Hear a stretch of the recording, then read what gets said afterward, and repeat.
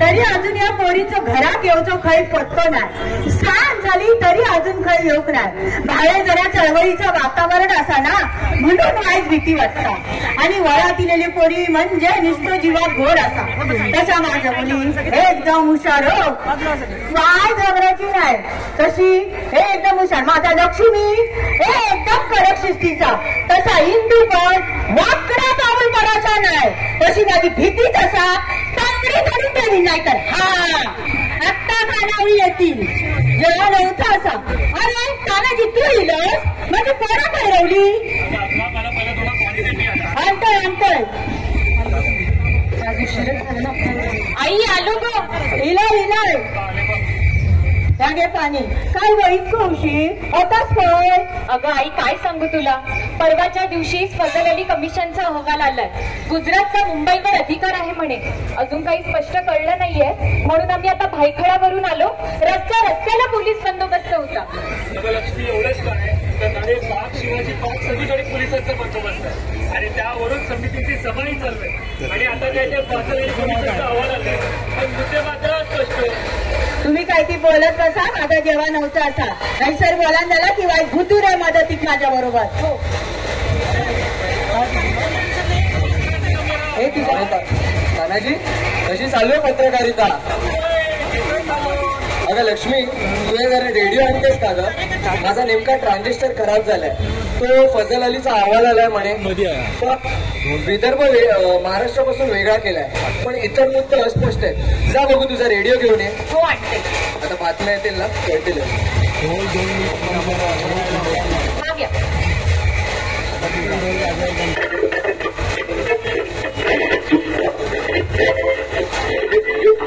नमस्कार. आज दिनांक 12 ऑक्टोबर 1955. आकाशवाणी केंद्रात आपले स्वागत. आजच्या ठळक घडामोडी. नुकताच 10 तारखेला भाषिक प्रांतरचनेसंबंधित राज्य पुनर्रचना म्हणजेच फजल अली कमिशनचा अहवाल प्रसिद्ध झाला. मराठी लोकांनी आपल्या मनासारखा अपेक्षित निर्णय मिळाला नाही म्हणून मनाचा तोल ढळू देऊ नका. डोकं थंड ठेवा. कोणाच्याही चिथावणीला बळी पडू नका. मुंबईचं वातावरण शांत ठेवा. सरकारतर्फे जाहीर आवाहन करण्यात येते की अहवाल शांतपणे वाचा व त्याचा अभ्यास करा. अहवाल शांतपणे वाचा, त्याचा अभ्यास करा.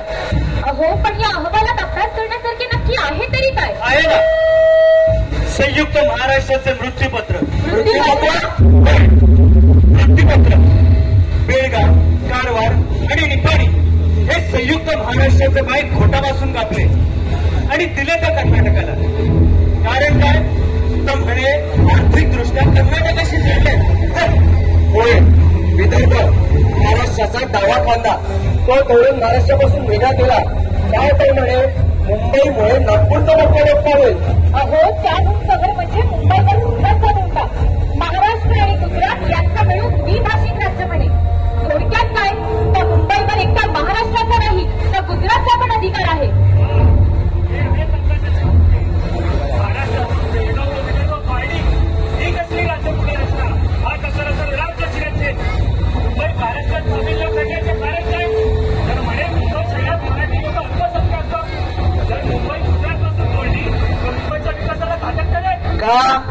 मुंबईचे कामगार काय मेले की त्यांनी फक्त भांडवलदारांची पोटा भरायची? अरे मी तर म्हणतो हे द्विभाषिक राज्य मागितले तरी कोणी? ना मराठी लोकांनी ना गुजरातांनी. मग ते आपल्याला का लादण्यात आले? महाराष्ट्राला मारण्याचे भांडवलदारांचे राक्षसी कारस्थान. काय? होय बरोबर आहे तुम्ही, राक्षसी कारस्थान. आणि असं पहिल्यांदाच होत नाहीये, या अगोदरही असं झालं. 1948 साली दार कमिशनने भाषावर प्रांत रचना ही राष्ट्रीय एकात्मतेची घात करणारी आहे असा अहवाल दिला. त्यातही विशेष करून आपल्या मराठी भाषेचाच सलग प्रदेश करण्यात भारतीय संघराज्याच्या सुरक्षिततेला धोका आहे असं म्हटलं. म्हणजे यांना नेमकं काय म्हणायचंय? आपल्या संयुक्त महाराष्ट्राची चळवळ राष्ट्रविरोधी? काय कारण आहे महाराष्ट्राच्या बदनामीचं? आणि आपल्याला राष्ट्रविरोधी हिणवणारे हे कोण? तरी नशीब काँग्रेसच्या जयपूर अधिवेशनात दार कमिशन अहवाल मान्य झाला नाही. पुढे जाऊन जेव्हीपी यांची समिती आली. त्यांनी भाषावार प्रांतरचनेला सूटमाती दिली. त्याची तिरडी ओवाळून टाकली. काय तर म्हणे देशात शांतता येऊ द्या, स्थिरता येऊ द्या. एवढे बोलून शांत बसण्यासारखे होते तरी चालले असते, पण महाराष्ट्रावर टिप्पणी केल्याशिवाय याचा अहवाल मात्र पूर्ण होईना. म्हणून महाराष्ट्राच्या बाबतीत पुढे मागे भाषिक महाराष्ट्र जरी झाले तरी मुंबईचा समावेश महाराष्ट्रात करण्यात येऊ नये अशी वर मेघ मारून ठेवली होती. ही सातत्यतेची भावना आपल्या महाराष्ट्राच्या बाबतीतच का? सांगा ना का? पुन्हा ठाऊक वल्लभभाई पटेलांचं निधन झालं आणि पुन्हा समिती बरखास्त. संयुक्त महाराष्ट्राचा प्रश्न होता तरी आणि आता वेगळूपणे झाल्यावर हे फसलेली कमिशन आले. अहो मला तरी नाही वाटत संघर्षाशिवाय संयुक्त महाराष्ट्राची मागणी पूर्ण होईल. त्यासाठी आंदोलने करायलाच हवे. समितीचे निवेदन काही उपयोगाचे नाही. दिगंबरा, अरे शांत हो. आपण स्वतंत्र भारतात आहोत. अरे ब्रिटिशांच्या राजवटीत नाही आंदोलन करायला. शंकरराव देव हे मोठे व्यक्ती आहेत आणि दिल्ली दरबारी त्यांचं नियमित येणं जाणं असतं. शंकरराव देवांनी तर आपल्याला आश्वासन दिलंय की ते नेहरूंशी भेटून मराठी जनमत सांगतीलच. सबुरीने घ्या. अहो काय म्हणताय विनायकराव? सबुरीने घ्यायचं? भारतात 14 राज्ये भाषिक तत्वावर झाली आणि महाराष्ट्र आणि गुजरातचे द्विभाषिक राज्य. काय तर म्हणे मुंबईत मराठी लोक अल्पसंख्य आहेत. समिती विरोधी. अहो एवढं सगळं असूनही आम्ही सबुरीने घ्यायचं? आम्हाला नाही पटत ही भूमिका. दिगंबरा, संयमाने घे. मुंबई शिवाय महाराष्ट्र ही कल्पना शंकरराव देवांना तर मुळीच पटणार नाही. अरे त्यांना संधी देऊन बघू आपण. कदाचित ते ऐकतील आपलं. नेहरू कदाचित ऐकतील आपलं. आणि बघ, तुला तर माहितच आहे शंकरराव देव काय आमच्याही पक्षाचे नाही, पण तरी सुद्धा ते आपल्या संयुक्त महाराष्ट्राच्या चळवळीचे आणि समितीचे प्रमुख नेतृत्व आहेत. आणि मग जर नाहीच मनासारखा निर्णय आला तर मग आपण पुढच्या तयारीला लागूच. चला रे पोराडो, जेव चला. नेहरू काय तुमका जेव पडतले नाही ही अख्खाच वाढतली. चला चला चला चला. शंकरराव देव यांच्या दिल्ली भेटीनंतरही ऐन दिवाळीच्या तोंडावर नेहरूंनी राज्य पुनर्रचना समितीने सुचवलेले द्विभाषिक राज्य रद्द केले. त्याऐवजी पर्यायी 3 राज्यांचा प्रस्ताव स्वीकारला. म्हणजे गुजराती भाषिकांचे गुजरात, विदर्भासहित महाराष्ट्र आणि स्वतंत्र मुंबई अशी 3 नवीन राज्ये. महाराष्ट्र काँग्रेसने हा 3 राज्यांचा प्रस्ताव स्वीकारण्यासाठी हालचाली सुरू केल्या आहेत. एवढेच नव्हे तर नेहरूंच्या सूचनेनुसार येत्या 18 नोव्हेंबरला मुंबई विधानसभेत मंजुरीसाठी हा प्रस्ताव मांडला जाईल असा निर्णय घेतला. या निर्णयाविरोधात सर्व मुंबईतल्या कामगारांनी 1 दिवसाचा संप पाळून निषेध केला. तसेच संयुक्त महाराष्ट्र समितीने सुद्धा ठिकठिकाणी जाहीर निषेध सभा घेतल्या. अरे मुंबई शिवाय महाराष्ट्राची मी कल्पनाच करू शकणार नाही अशी गर्जना करणारे शंकरराव देव नेहरूंच्या या त्रिराज्य योजनेला कशी बरी सहमती देतात? अरे लाज कशी वाटत नाही यांना मराठी माणसाचा विश्वासघात करताना? आणि जर का या दिल्लीचंच ऐकायचं होतं तर मग हा ढोंगीपणा कशा करता? घ्या आणखी सबुरीने घ्या. विनायकराव कसं आहे ना, नेहरू समिती बनवणार आणि संयुक्त महाराष्ट्र परिषद त्यावर निवेदन करणार, पण शेवटी निकाल काय? नेहरूंनी ठरवलाय तोच येणार. अहवाल फक्त नावापुरता. म्हणजे एकूण काय? तर मुंबई महाराष्ट्राला सहजासहजी मिळणार नाही. अशी कशी मिळणार नाही? बघूयाच कोण अडवतंय ते. संयुक्त महाराष्ट्राची समिती आता निवेदन देणार कोण? म्हणजे शंकरराव देव काय एकटेच समितीमध्ये नव्हते. अजून प्रबोधनकार ठाकरे, कॉम्रेड तारा रेड्डी, अहिल्या रांगणेकर, जोशी, कॉम्रेड श्रीपाद टांगे आणि एवढंच काय आता संयुक्त महाराष्ट्राच्या आड येणाऱ्या प्रत्येकाचे समाचार घ्यायला आचार्य यात्रे आहेतच, मग ते मोराची सरकार असो किंवा दिल्लीतले नेहरू. हो, बरोबर म्हणता विनायक तुम्ही. या उलट समितीतून असली कपटी माणसे गेलेत ना ते बरेच झाले. आणि मी तर म्हणते या असल्या पुढाऱ्यांना ही महाराष्ट्राची जनता नक्कीच चांगला धडा शिकेल. बघाच तुम्ही. बरोबर. आपण आता 18 तारखेला विधानसभेत त्रिराज्य ठराव मांडणार आहे. एस एम आणि डांगेंनी सांगितलंय. 16 तारखेचा संप यशस्वी झालाय. तसंच आता 18 तारखेला सेनापती बापटांच्या नेतृत्वाखाली सभेत मोठ्या संख्येने सहभागी व्हायचंय. चला लागा बघू तयारीला. चला. आज 18 नोव्हेंबर 1955 फाउंटनवरून विधानसभेवर निघालेल्या मोर्चा दरम्यान संयुक्त महाराष्ट्र समितीचे ज्येष्ठ नेते सेनापती बापट यांना पोलिसांनी अटक करून जेलमध्ये रवाना केले आहे. या घटनेमुळे मुंबईतील मराठी माणूस हिंसक झाला आहे. जागोजागी निदर्शने आणि निषेधपर मोर्चे काढले जात आहेत.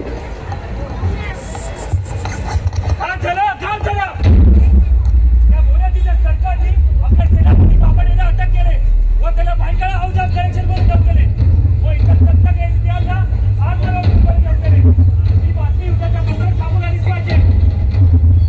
अरे, ब्रिटिशांच्या विरुद्ध ज्यांनी लढा दिला त्या वृद्ध सेनापतींना स्वातंत्र्यानंतर अटक करणारे हे कोणते सरकार?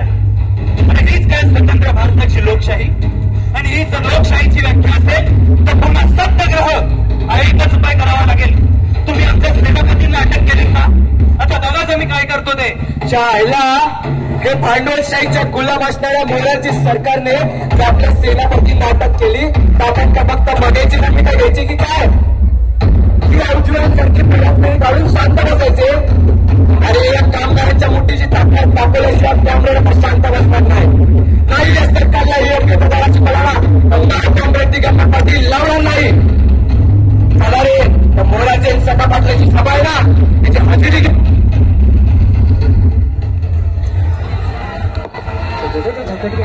तुम्हा मराठी माणसांना अक्कल नाही आणि राज्य करण्याची तर तुमची लायकीच नाही. कोणाची लायकी तुम्ही काढतोय? सारे संयुक्त महाराष्ट्रावाले गुंड, अडाणी आणि नालायक. अरे कोणाला बोलतो? राज्य करण्याची तुमच्यात धमक नाही. तुम्हाला वाटेल की धनाढ्य मुंबई आयतीच मिळते आहे, पण लक्षात ठेवा 5 वर्षात काय तर 5000 वर्षात सुद्धा मुंबई महाराष्ट्राला मिळणार नाही म्हणजे काय नाही. बोलतोय काय हा? आकाशात सूर्य चंद्र असेपर्यंत मुंबई तुम्हाला मिळणार नाही.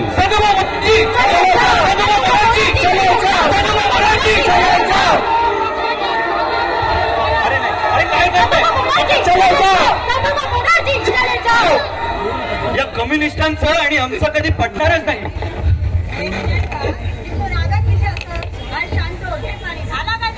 काय झालं? या दिगंबराने भर सभेत त्या मोराची आणि पाटलांना चपला फेकून मारले. अरे या दिगंबरची लाच पोचली आहे ना म्हणून चपला फेकून मारल्या आहेत. वा, मोठा कार्यक्रम केलात ना. तुमची हीच गुंडगिरी आपल्या मुंबईला महाराष्ट्रापासून लाभ मिळते. काय गरज होती भर सभेत टोप्या, चपला आणि दगड फेकून मारायची? तुमचा हा बेशिस्तपणा आपल्याच समितीला त्रास देणार आहे. आणि जर नसेल पटत तर तुम्ही पण निघा त्या शंकरराव देवांसारखे. विनायका पुढे. आम्ही कम्युनिस्ट काय पळपुटे नाही, तुम्ही मोठे गांधीवादी ना. मग मराठी माणसाची लायकी काढताना तुमची प्रतिक्रिया काय? पहाटे प्रभात पुढे काढा, निवेदन द्या, अगदी कडक शिस्तीमध्ये द्या. बघा मुंबई मिळते का ते? अरे शिस्त पहिल्यांदा कोणी बोलली? मराठी माणसाची लायकी काढणार हे कोण? तरी नशीब पोलिसांमुळे वाचले, नाही तर आमचा राग. दिगंबरा पुढे आता आज फरक आहे तुमच्यात आणि आमच्यात, आणि तो कायम राहील. अरे मला नाही जमत अन्यायाला शांतपणे तोडण्याला.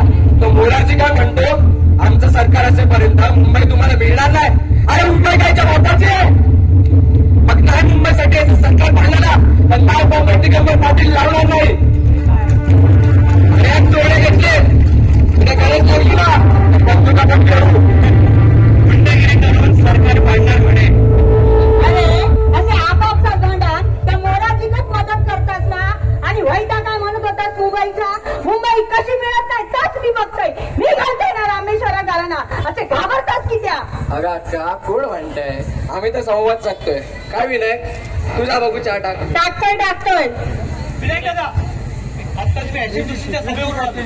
चला पुन्हा आपल्याला मोर्चा काढायचा उद्या. चला चला दिनांक 21 नोव्हेंबर 1956 रोजी गुजरात, महाराष्ट्र व मुंबई त्रिराज्यिक ठरावास विरोध करण्यासाठी सेनापती बापट, SM जोशी, आचार्य अत्रे व समितीतील इतर सर्व कार्यकर्ते चर्चगेट येथील ओव्हल मैदानात आपल्या समर्थकांसह प्रचंड संख्येत जमा झाले आहेत. मोरारजी देसाई यांनी अधिक पोलीस बळ मागवून जागोजागी कडक पहारा लावलेला आहे.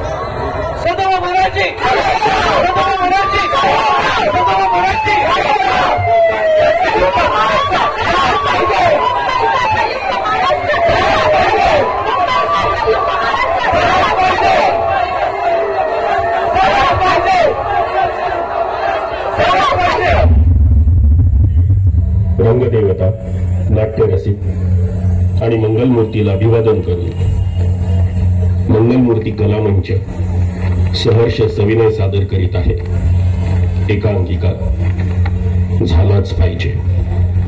लेखक, वस्तुस्थिती, दिग्दर्शक, परिस्थिती आणि कलाकार संयुक्त महाराष्ट्र चळवळीतील आजची पिढी सादर करीत आहे.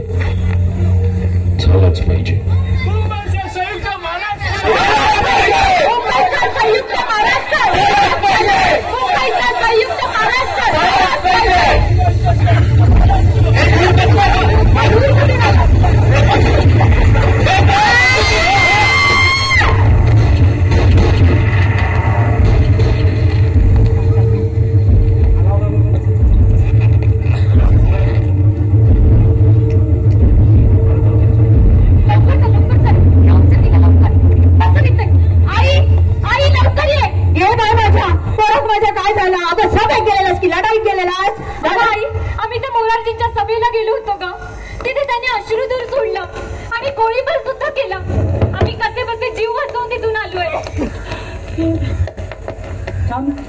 काहीतरी पाणी बिनी घेऊन येत.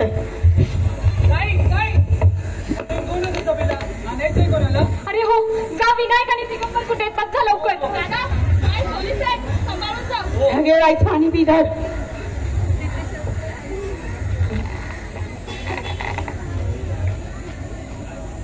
अगं काय झालं काही थैसर? अगं आई काय सांगू, अत्यंत अत्यंत बेबी दुःखाचा गोळीबार केला ग त्यांनी. काही कळलंच नाही. बरीच जण जखमी झाले. आम्ही कसे बसे तिथून वाचलोय ग. अरे तानाजी दादा, दिगंबर दादा आणि विनायक दादा कुठे आहे? नाही उमा, मला काय कल्पना नाही. अरे मग कुठे गेलेलोस? मी फाउंटनला गेलेलो आणि आता तिथूनच येत आहे. अरे त्या फाउंटनच असं घडलं तरी काय? काय सांगू अक्का, तेथील दृश्य पाहून मी स्तब्धच झालो. जागोजागी रक्तांचे सडे आणि त्यात तो गोळ्याचा आवाज. अक्का भर सभेत 15,000 मृत्युमुखी पडले. हजारांच्या संख्येमध्ये लोक जखमी झाले. अक्का मुंबईची अवस्था फार भयान झाली का? फार भयान झाली. तानाजी बस व्हायचं शांत. ते परत पाणी द्या रे. आणि परत काय झालं इंदू? अगं पडली होती बेशुद्ध होऊन. कशी बशी शुद्धी झाली आहे. लक्ष्मी जा, अजून औषधं घेऊन ये बरं. अरे दिगंबर काय? दिगंबर परारच्या कामगार वस्तीत अडकले. तिथे पण बरीच लोक जखमी आहेत. आणि बघू तानाजी, हे औषधं घे आणि कोणत्याही परिस्थितीत दिगंबराकडे पोहोचव बरं. हो विनायकराव. अरे ते असं घडलं तरी काय? काय सांगू अक्का, मला माझ्या डोळ्यांवर विश्वास बसेना. अगं कहर करून ठेवलाय त्या मोरारजीच्या पोलिसांनी.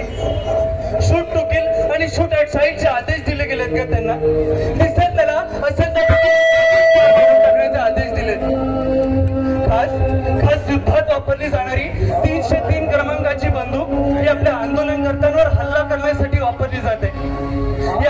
याच बंदुकीच्या गोळीमुळे तो 9 वर्षाचा सुभाष मोरे बेसावध असतानाच 2 पत्रे आणि आजोबांच्या हाताला भोग पाडून आरपार जाऊन त्याला लागली आणि तो जागीच. विशेष युद्धात वापरल्या जाणाऱ्या बंदुका हे आपलं आंदोलन लढवण्यासाठी वापरल्या जात आहेत. आपण नक्की याच देशातले भारतवासी आहोत ना, का दुसऱ्या देशातून राष्ट्रविरोधी कारवाया करणारे सीमेवरचे शत्रू आहोत? आणि एवढ्यावरच ते मोरारजीचे पोलीस थांबलेले आहेत.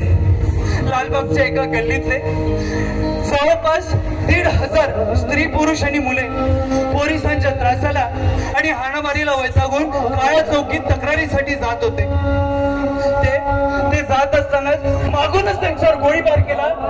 त्यात जवळपास 30-40 लोक जखमी झाले आणि 7-8 लोक मृत्युमुखी पडले.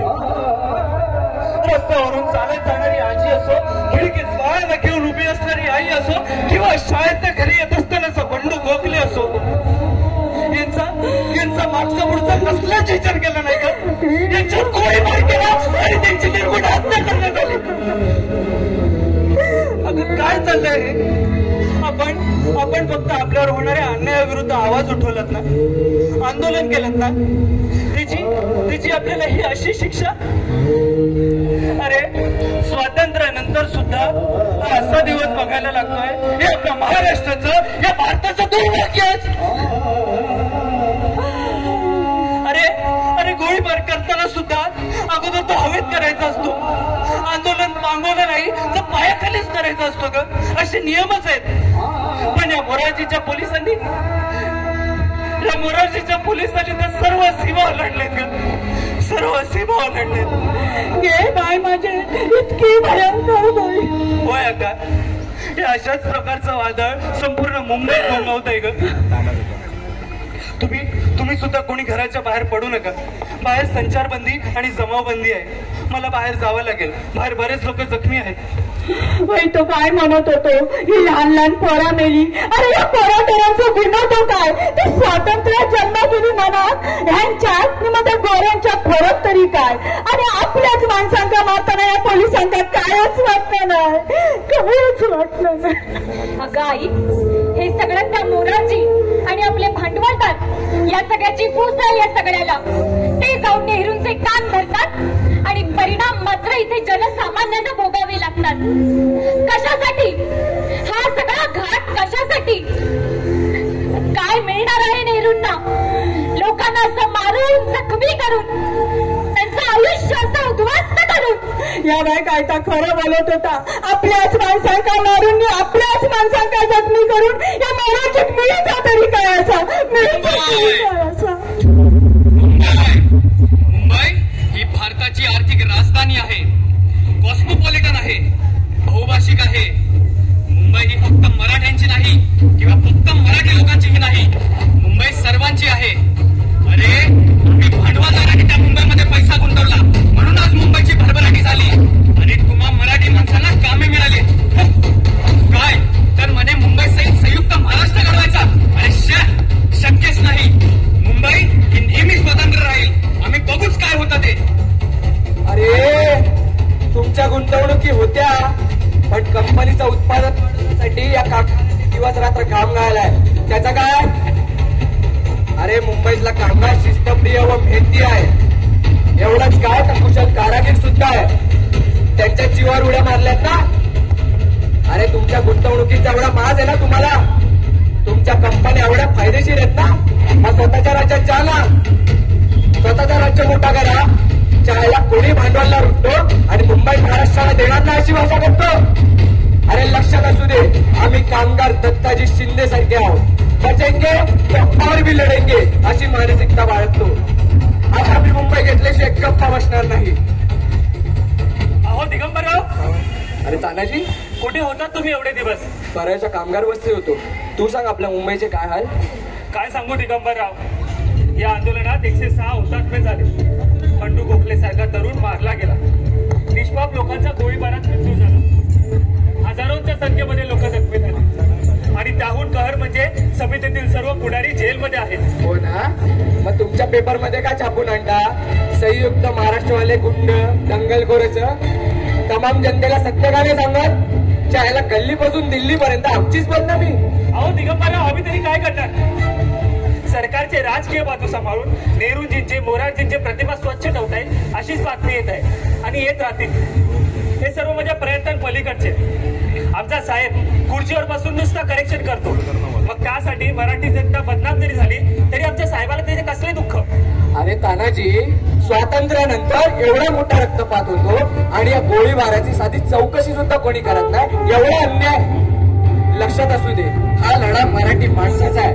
वेळच ठरवतो कोण जिंकणार ते. मोरारजी मोरारजी हो मोरारजी, नेरुडी मुंबईला केंद्रशासित घोषित केलंय. समितीच्या बैठका सुरू आहेत. खोटे आरोप सिद्ध न झाल्यामुळे बरेच पुढारी तुरुंगातून सुटले आहेत. प्रबोधनकारांनी सांगितल्याप्रमाणे आपल्याला संयुक्त महाराष्ट्राची मागणी आणखी तीव्र करावी लागेल.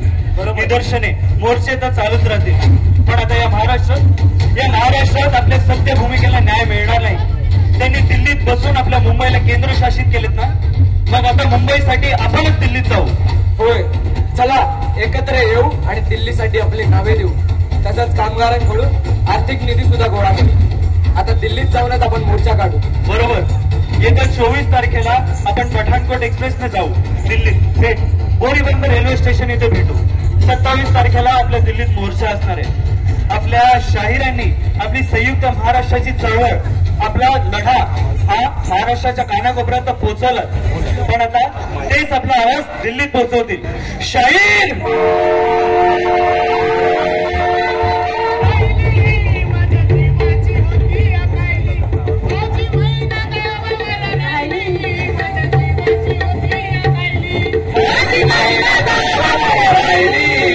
जीवाची होती या कायली, माझी महिना गावावर राहिली, माझ्या जीवाची होती या कायली.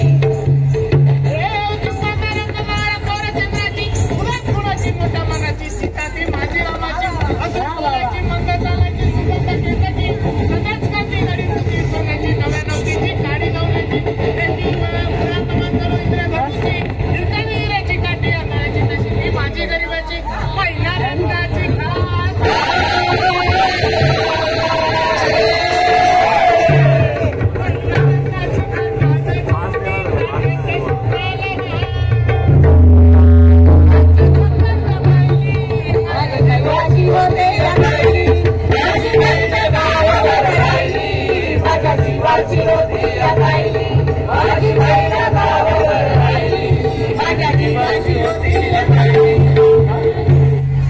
आम्ही दिल्लीत पोहोचलो. 27 तारखेला आमचा मोर्चा 3 वाजता होता, पण सकाळीच एक अनपेक्षित घटना घडली. स्वतंत्र भारताचे पहिले अर्थमंत्री C.D. देशमुख यांनी महाराष्ट्रातील अत्याचाराचा निषेध म्हणून राजीनामा दिला होता. भर लोकसभेत त्यांनी आपले भाषण दिले. या भाषणात त्यांनी नेहरूंना उद्देशून खडसावून सांगितले ते असे: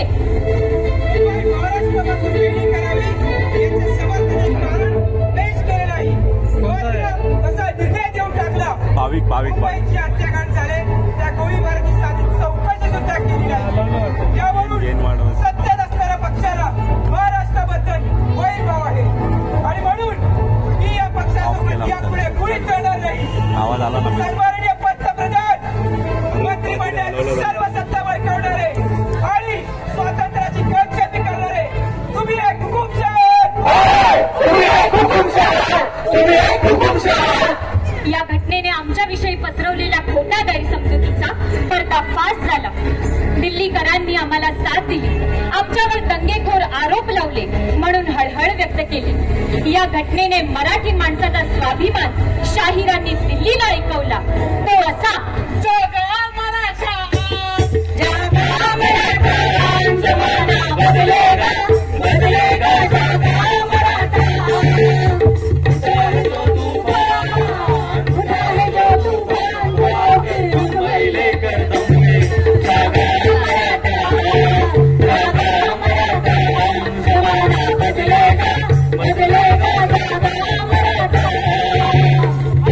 की मुश्किलें हजारों पर हम दिल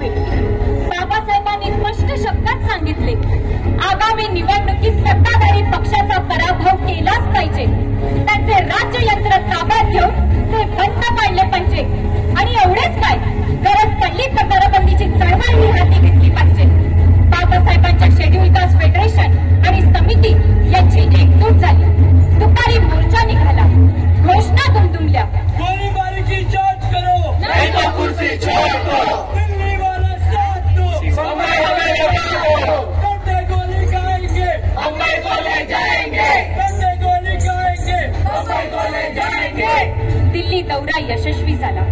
आम्ही मुंबईत परत आलो. दिल्लीत नेहरूंची भेट झाली खरी, पण त्यातून निष्पन्न मात्र काहीच झाले नाही. उलट पुढच्या महिन्यात नेहरूंनी त्रिराज्य ठराव रद्द करून महाद्विभाषिकाच्या नावाखाली मुंबई प्रांत, विदर्भ, महाराष्ट्र व गुजरात या राज्यांचा ठराव मांडला. आता मात्र आंबेडकरांनी दिलेला सल्ला सगळ्यांना दिशा दाखवणारा वाटला आणि तो होता निवडणूक लढवण्याचा. त्याशिवाय आपला आवाज नेहरूंपर्यंत पोहोचणार नाही. चला निवडणुकीच्या तयारीला लागूया.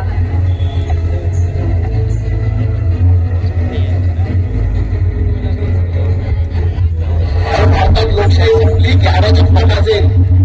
सध्या तुम्ही करत असलेला नरसंहार कोणत्या लोकशाहीत बसतो? लोकशाही आपल्या सुविधे बदलणारे हे आपले पुढारी यशवंतराव चव्हाण शिवाजी पार्कवर 1948 रोजी प्रतिज्ञा घेत म्हणतात की संयुक्त महाराष्ट्रासाठी मी माझ्या मंत्रिपदावर लाथ मारेन.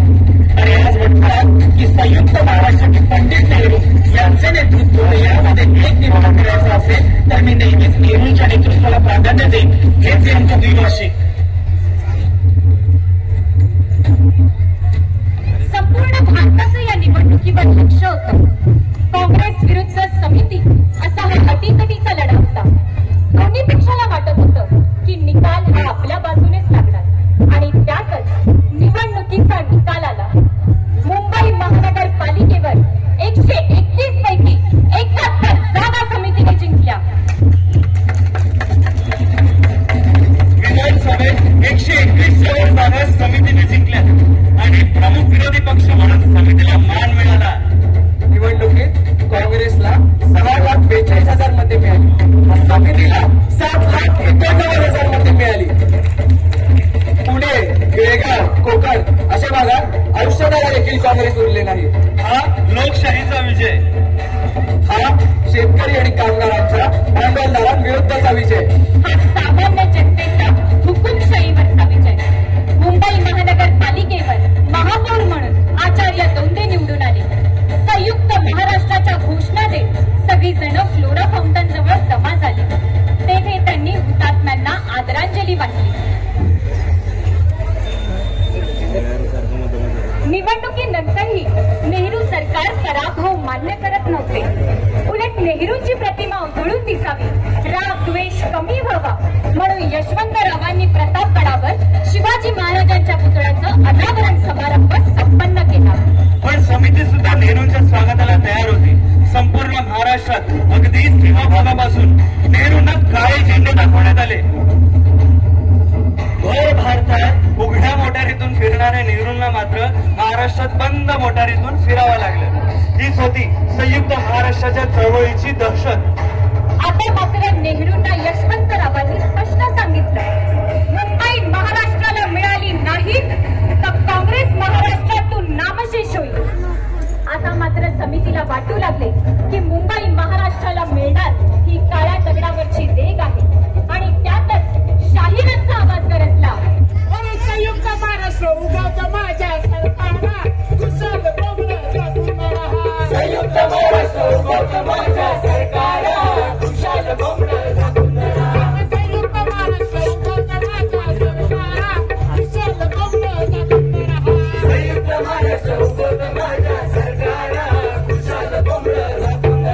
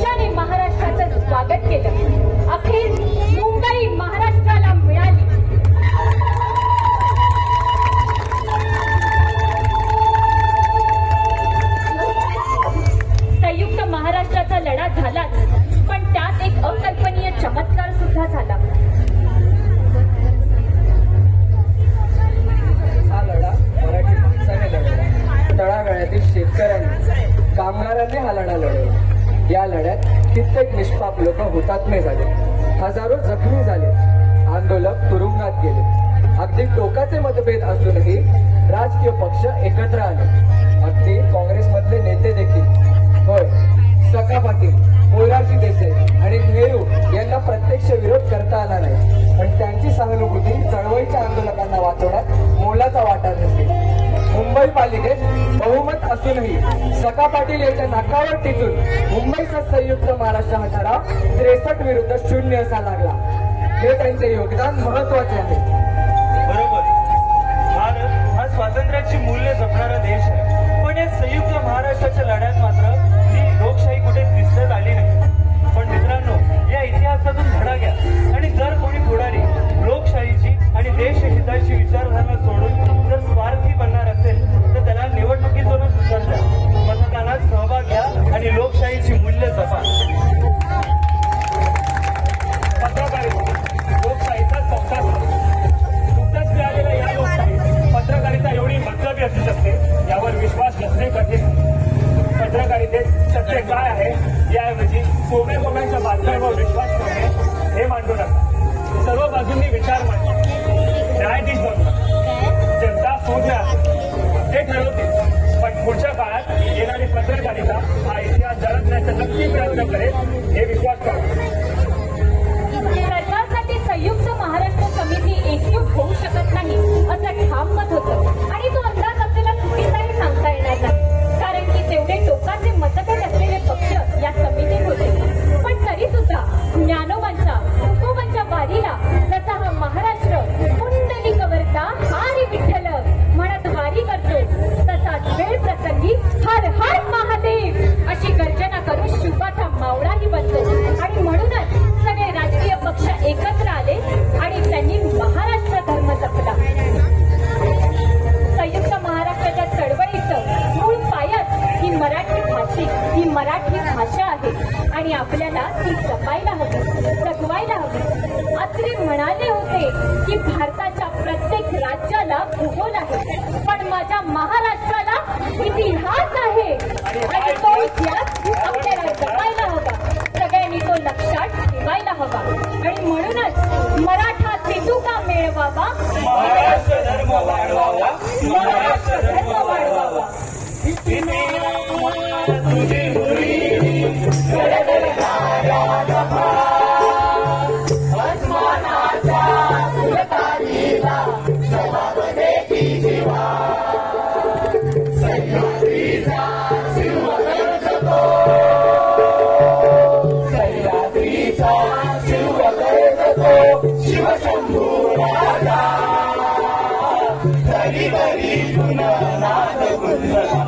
महाराष्ट्र माझा, जय जय महाराष्ट्र माझा, जय जय महाराष्ट्र माझा, जय जय महाराष्ट्र माझा, जय जय महाराष्ट्र माझा.